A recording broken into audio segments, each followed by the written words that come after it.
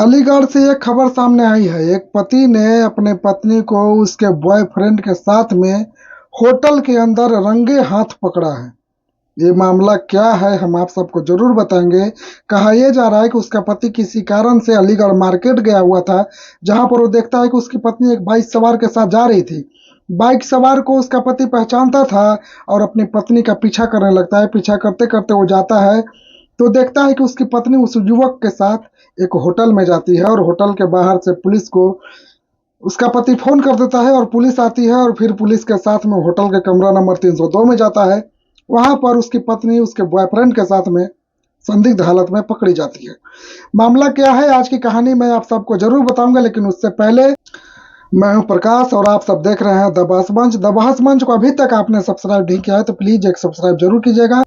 अब आगे बढ़ते हैं। मामला ये है कि अलीगढ़ में एक आकाश नाम का ये लड़का होता है। इस लड़के की शादी करीब आज से 3.5 साल पहले एक लड़की से हुई थी, जिस लड़की का नाम था साधना। साधना के साथ आकाश का शादी हुआ था 3.5 साल पहले।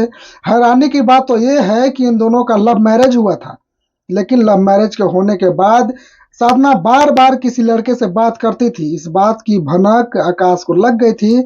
आकाश बार बार अपनी पत्नी को मना करता था कि तुम किसी लड़के से बात मत करो, अब तुम्हारी शादी हो चुकी है, अब हम अपनी दुनिया अलग बसाएंगे, अब किसी के चक्कर में मत पड़ो। लेकिन वो लड़की जो आकाश की पत्नी थी वो मानने के लिए तैयार नहीं। कई बार मना करने के बावजूद भी आकाश की बातों का कोई भी असर उसकी पत्नी के ऊपर नहीं हुआ। इसी चीज को लेकर बार बार झगड़ा होता था, कलेश होता था। कलेश इतना बढ़ गया कि पारिवारिक झगड़े में तब्दील हो गया।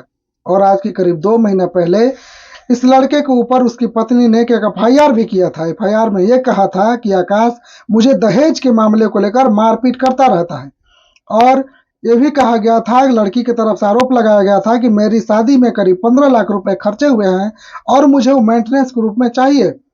और यहाँ तक कि लड़की आरोप लगा रही थी कि मुझे मेरा पति जो है बहुत मारता है, पीटता है, मुझसे गंदी गंदी हरकत करता है। लेकिन आकाश बार बार चीख चीख कर चिल्ला चिल्ला कर कहता था कि मेरी पत्नी जो भी बोल रही है वो झूठ बोल रही है, बल्कि उसका चक्कर किसी लड़के के साथ है और उस लड़के के चक्कर में मेरे ऊपर ऐसा इल्जाम लगा रही है।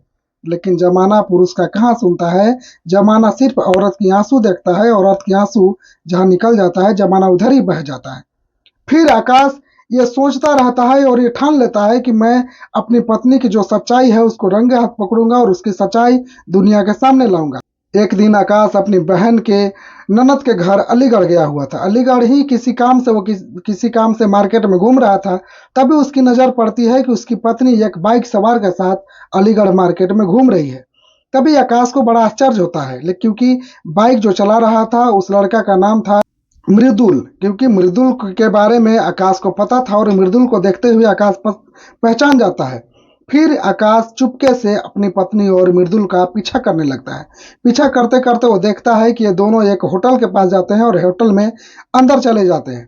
फिर आकाश पुलिस को कॉल करता है, डायल 112 पर कॉल करके पुलिस को बुलाता है और कहता है कि मेरी पत्नी किसी अनजान व्यक्ति के साथ इस होटल में गई है और मुझे उसके बारे में छानबीन करना है।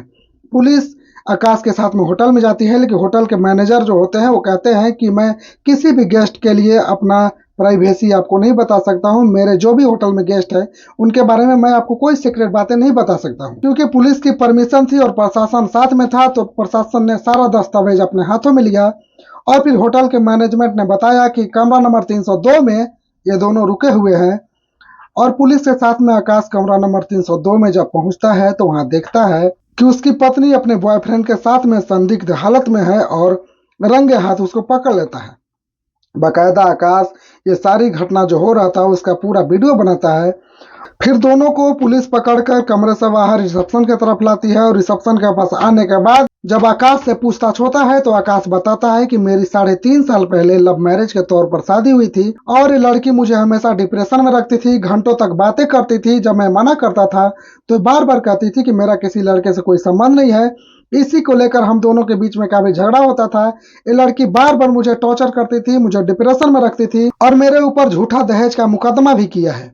हालांकि पुलिस अब दोनों पक्ष की बातों को सुनती है और कहती है कि दोनों तरफ से अगर कोई लिखित रिपोर्ट मिलता है तो इस पर आगे की कार्रवाई की जाएगी। लेकिन इस कहानी के माध्यम से हम आपको ये बताना चाहते हैं कि आखिर अब भरोसा किस पर किया जाए, भरोसा कैसे किया जाए। कोई भी किसी पर आंख बंद कर भरोसा कैसे करे, आखिर घर वाले शादी कराएंगे तो राजा रघुवंशी सोनम जैसी हाल होगी। अगर लव मैरिज करेंगे तो मौजूदा हालत में जो आप देख पा रहे हैं इस तरीके की घटना दिखाई देगी। तो आखिर इंसान जाए कहाँ, जाए तो जाए कहाँ, करे तो करे कहाँ। हम इस कहानी के माध्यम से किसी को हर्ट पहुंचाना या किसी का समय को बर्बाद करना नहीं चाहते हैं, लेकिन हम ये चाहते हैं कि आप लोग जागरूक हो जाइए। किसी के ऊपर आंख बंद कर भरोसा करना घातक हो सकता है। मैं हूं प्रकाश कुमार, आप सब द आवाज मंच देख रहे थे। द आवाज मंच को देखने के लिए बहुत बहुत धन्यवाद। मिलते हैं किसी अगले कहानी में किसी नए टॉपिक के साथ। तब तक के लिए दीजिए इजाजत। नमस्कार।